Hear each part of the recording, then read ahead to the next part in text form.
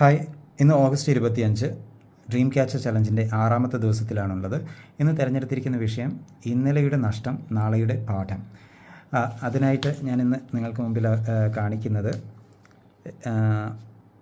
August 9-ാം തീയതി 2015 August 9-ാം തീയതി പുറത്തിറങ്ങിയ ദ വീക്ക് എന്ന മാസികയാണ്.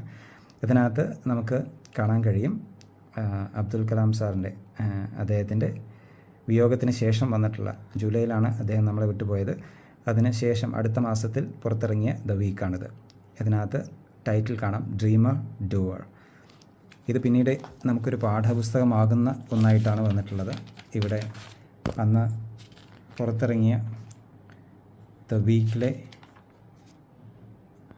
പേജുകളാണിത്. അന്ന് സൂക്ഷിച്ചു വെച്ചതാണ്. ഇവിടെ ഒരു കീറൽ വന്ന സമയത്ത് അതിന് അവിടെ സെല്ലോ ടേപ്പൊക്കെ ഒട്ടിച്ചെടുത്ത് വെച്ചാണ്. അത്തരത്തിലുള്ള ഓർമ്മകളാണ് നമ്മളെ മുന്നോട്ടുള്ള